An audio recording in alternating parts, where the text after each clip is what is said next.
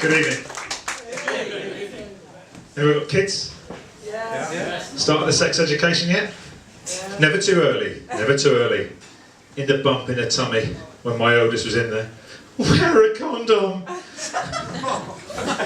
Be careful!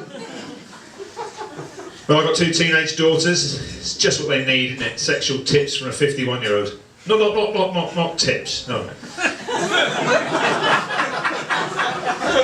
That's a bit too Jimmy Savile, really, though.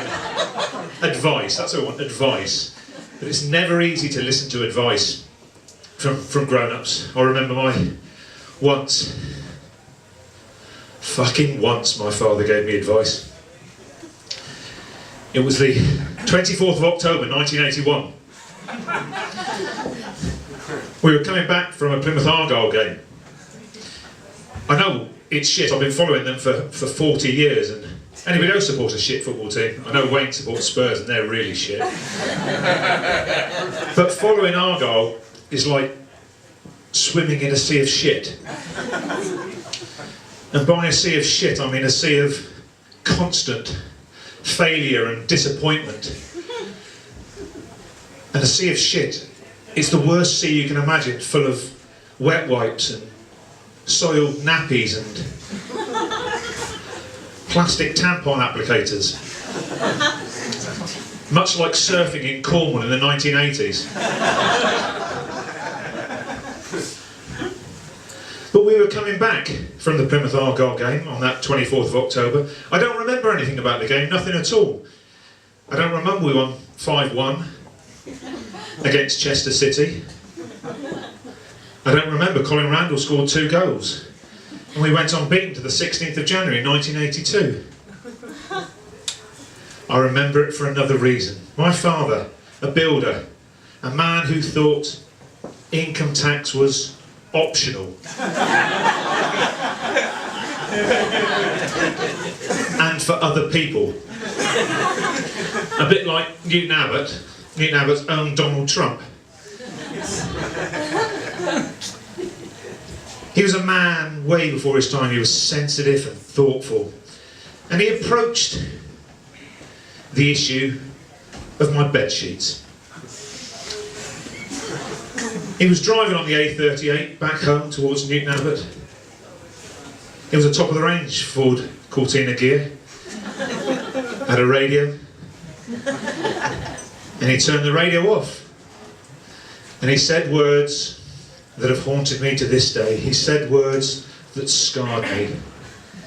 He said, "Mother says, you's wanking a lot."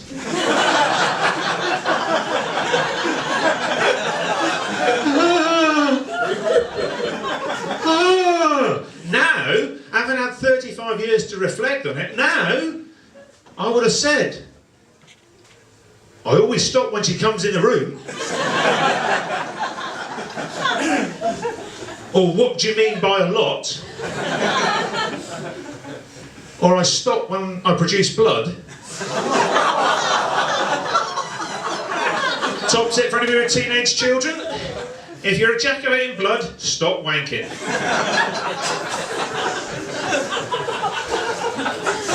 But then, back then,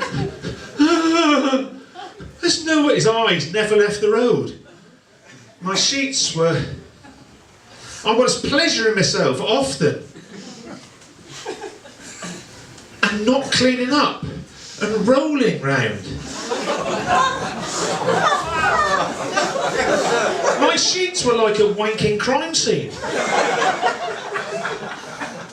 But the outline of the body wasn't a chalk outline.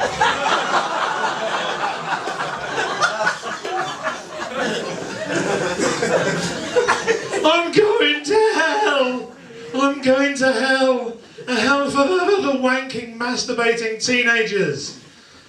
A bit like a university halls of residence, really. Mother went to church, I was going to be punished. God, you're a sinner, you're a fornicator.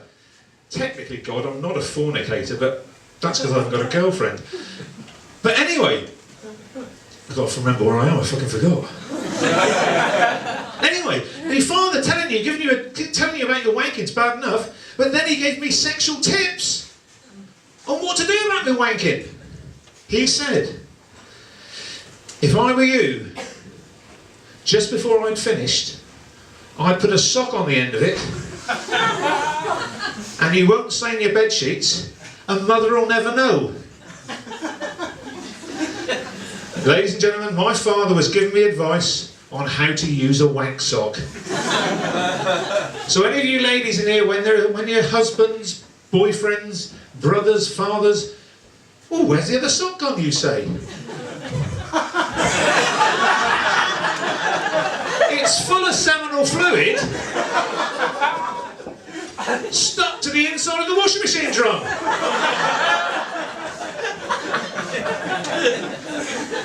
My father buys me socks for Christmas now. And they're ribbed for my pleasure. Thank you very much for listening to my nonsense. Good night.